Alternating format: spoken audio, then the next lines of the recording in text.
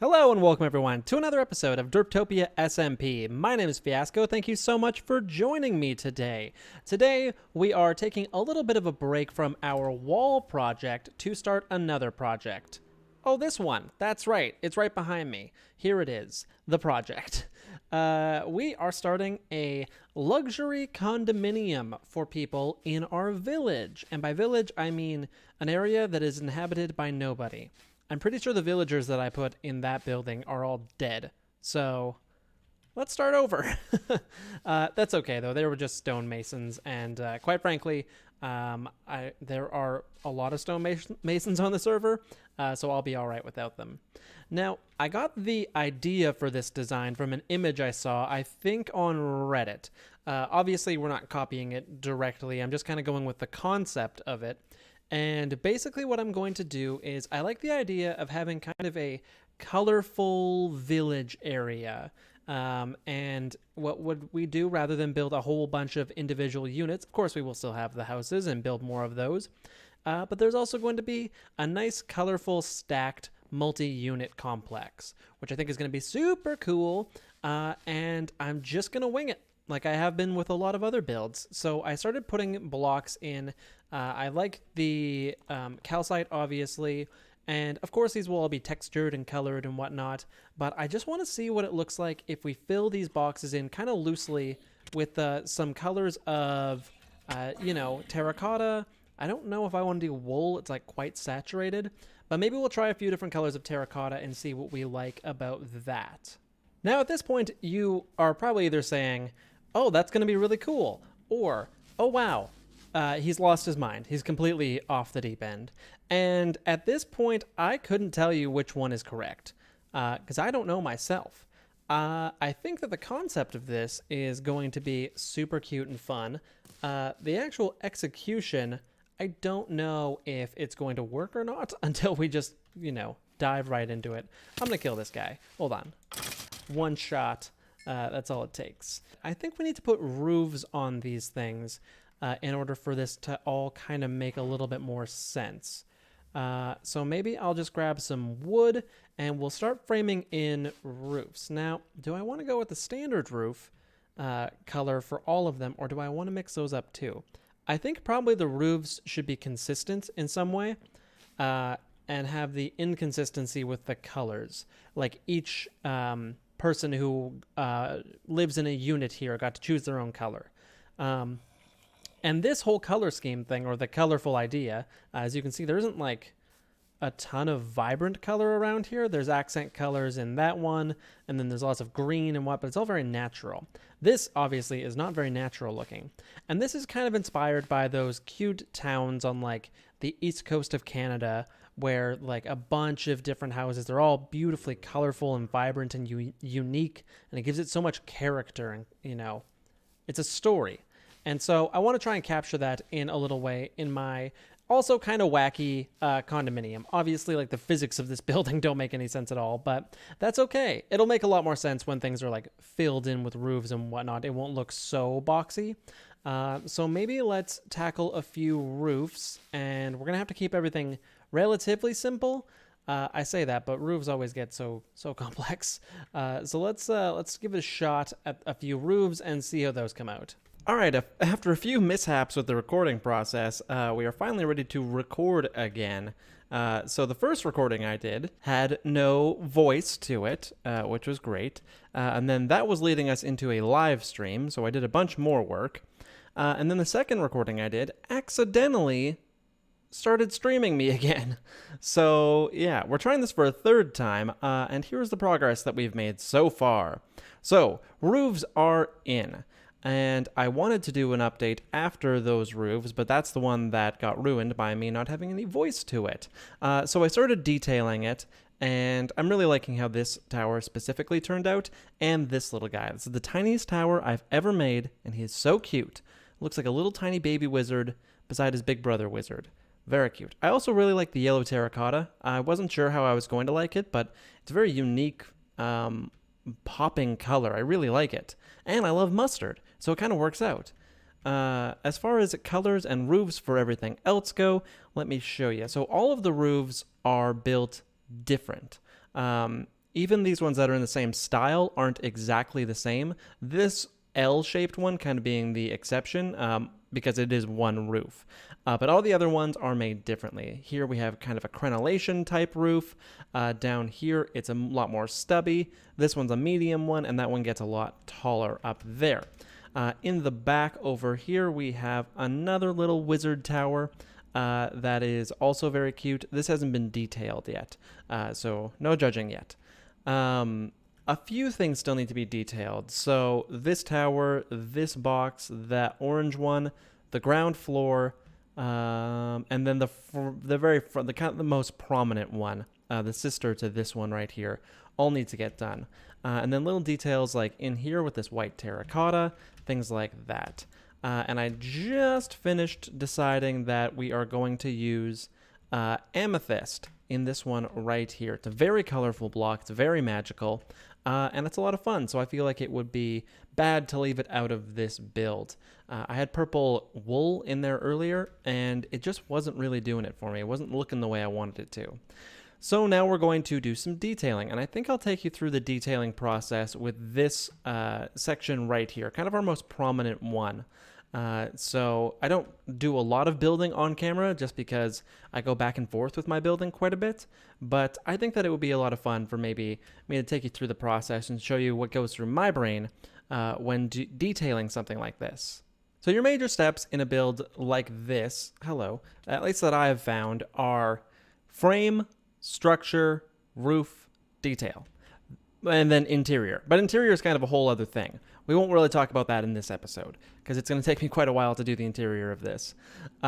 So we got the frame in first with our wooden logs going up. We had the skeleton of it so I could see the size of my build and kind of the rough shape of it. After that, I filled in all of the walls more or less with what I wanted just to kind of get our colors down. Then we did the roofs, which really help with the whole shape of it. Now we get the entire picture. This is what it's going to look like. And then detailing. Now detailing takes just as long as basically all of those other steps combined. At least for me it does. Because I go back and forth on designs quite a bit. And basically my detailing technique, which I'll show you right now, is a little bit second guessing wouldn't be the right word, but trial and error. That's the word I'm looking for. It's trial and error when I build. And that's just what works best for me. Rather than planning things out in creative, I kind of like to do a little bit more organically. Sometimes I'll do creative stuff if I feel the need to. But I like building and tearing down my mistakes because that is how I learn best. Now, for something like this little unit up here, we basically need to decide what's going to go on the front, what's going to go on the sides. Other units over here have balconies. That one actually up there is a planter. The planter is very nice. We might be able to throw some of those on the sides. But I think we're going to do a balcony. Now we've got a spruce and oak balcony over there. We have a beautiful wraparound balcony over here, made with the crimson trapdoors. And on the other backside here, we have another spruce balcony. Okay. So spruce with oak, spruce with oak.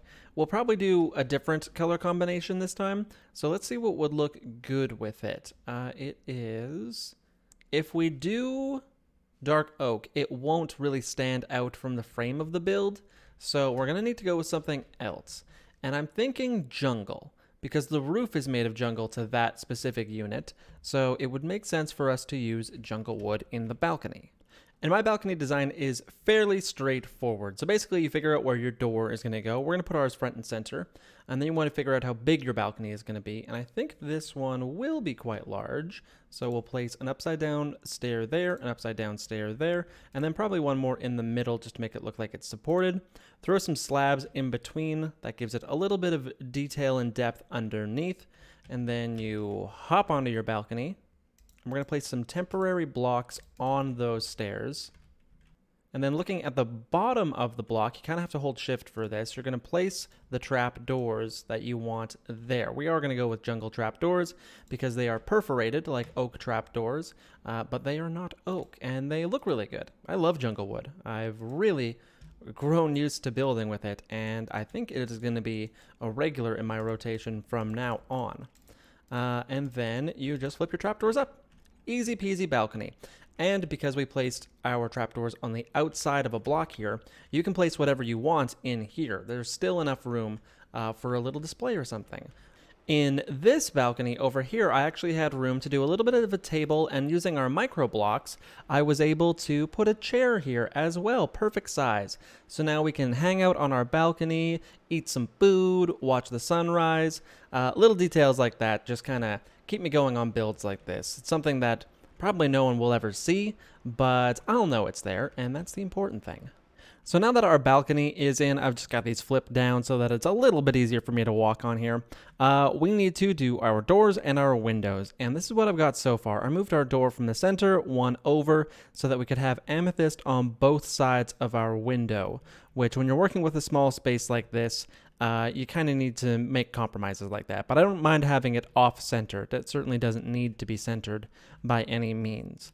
So if you're looking out here, not much of a view with that in place.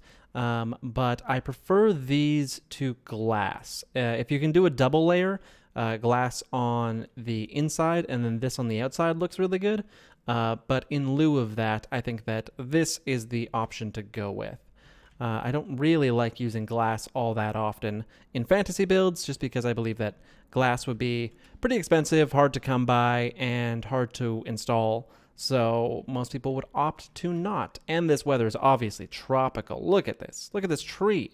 This doesn't grow in cold climates, I'll tell you that much. Our door isn't going to be a big deal. We're literally just going to plop a door right there. So now what we get to do is kind of work on the rest of the details of this. And what I like to do is use fence posts for most of it. I think that fences are the goat when it comes to detailing stuff. It doesn't even have to make that much sense. You can just pop stuff there. Maybe a lantern can go right here. And then up there is a bit of a different beast altogether. Now this kind of just works. It doesn't require a ton of detailing. I am going to swap out these jungle fences here because I think that's too much jungle. But we are pretty fortunate in this that the amethyst is busy enough where it doesn't feel blank at all. So very simple for down here, couple buttons, a lantern on a spruce fence there, and then just off the side there, a hanging spruce fence with a planter right here. And I'm sure that this isn't an original design, but I thought that this would look cute. It's probably been done before, but I haven't seen it anywhere, and I thought that it would look good here. The composter acting as kind of a planter box there. Now we get to work on this, and this isn't horribly difficult either. Usually, I detail this kind of stuff with the same material that I use on the roofs. Now on this one, I ended up going with dark oak detailing. That's better. So on this one, I ended up going with dark oak details, a little bit more crimson, and then a shroom light in the middle just to break it up. So we probably won't do anything too radically different from that over here.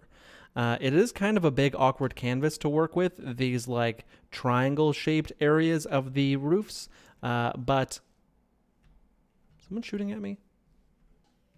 Sus. But they're not that bad. So I'll probably do the same thing, and now what we have to decide is what kind of wood we want to use.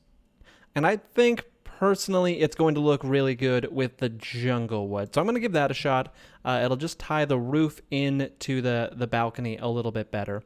So let's give jungle wood a shot, and if that doesn't work, dark oak almost certainly will work, but I used it on that one, so I want to kind of keep these a little bit different. And there we go. That's one face completely done. The colors all work together.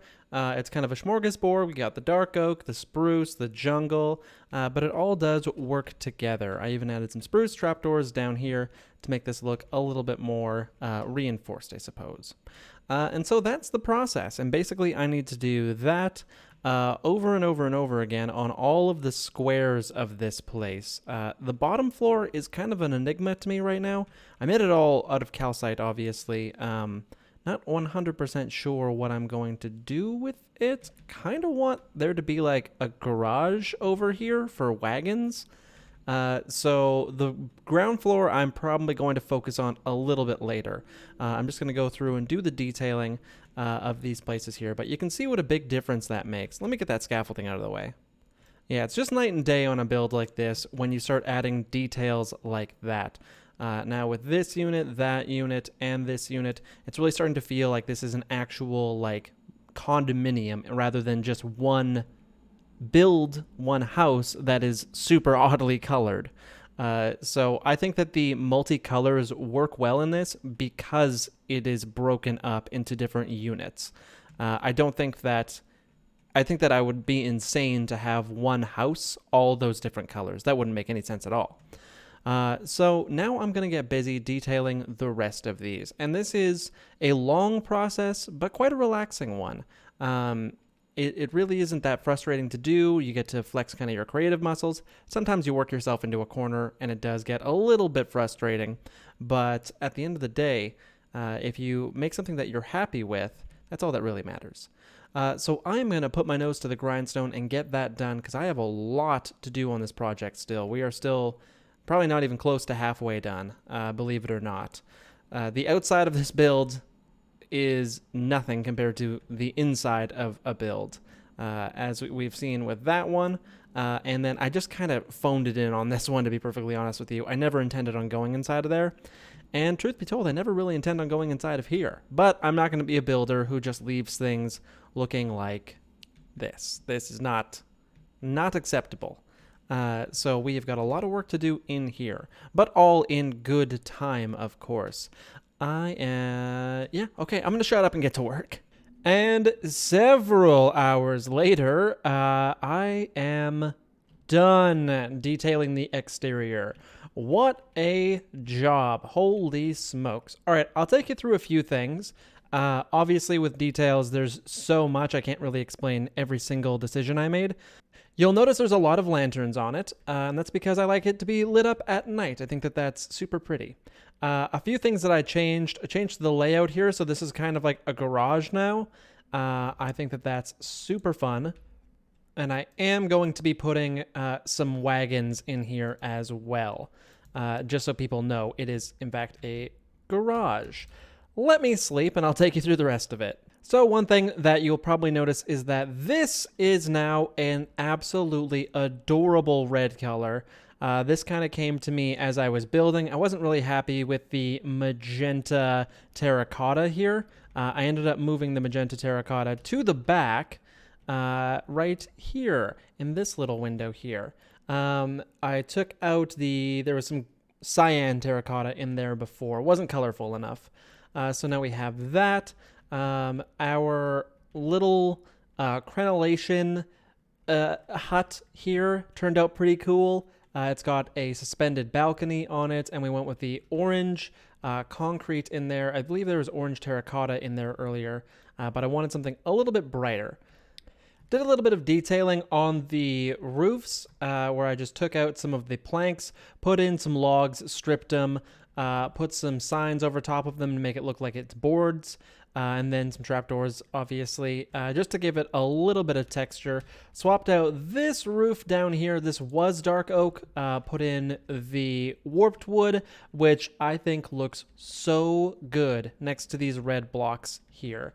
And even the orange. It's really come together color-wise. And the more detailing that I did, the more out there I felt comfortable with the colors. Originally the colors were quite muted in comparison to this, and as I detailed it, I realized, no, we need those colors to really pop, otherwise everything's just kind of gonna blend together. And so that's what ended up happening, and I am so happy with it. This might be my favorite thing that I have built yet. Now, we have got a lot of work to do on this ground floor. I'm still not 100% sure if I'm going to do anything special with these calcite walls, or if I'm just going to leave that kind of like a base ground floor. The interior, now we've got our entrance moved to here. I have absolutely no idea how I'm going to lay out the interior to this thing. No idea at all. It is going to be an interesting challenge. Like that cyan terracotta can come out, but the rest of that is all roof. So I don't know how I'm going to get up there. This is kind of going through one unit. I'm going to try and make the interior make as much sense as possible. Maybe I'll add some entrances to the outside as well, maybe like a stairway or something. But at the end of the day, the exterior is really what I was focused on. And as long as it looks good from the outside, I can live with the inside being a little bit less logical. So my next steps are I'm going to put some wagons in here because I think that that's going to be so much fun. And we might be able to do a little workshop in here too. And I'm going to do some landscaping around here. Not terraforming, just landscaping. So all of this fine stuff over here, the bushes, the flowers, the ponds, all of this. Ooh, horses. Maybe I could put... No, we'll build a stables one day for our many skeleton horses. If you're wondering why I have so many of these, when I was building my fence around the whole perimeter of my base, I just found 5 skeleton horses. Not even 4. Not even a normal amount. 5. They're just wandering around. I brought all of them back. Don't know why, but... Oh, man. Trying to get through a hooded forest with skeleton horses is a nightmare, especially on a laggy server. So that's going to do it for this build, I believe. Well, at least for this episode. I have got a lot of work to do, but I'm going to do it all off camera, and that is going to do it for me. Thank you so much for watching this episode of Derptopia SMP. My name is Fiasco, and I'll catch you in the next one.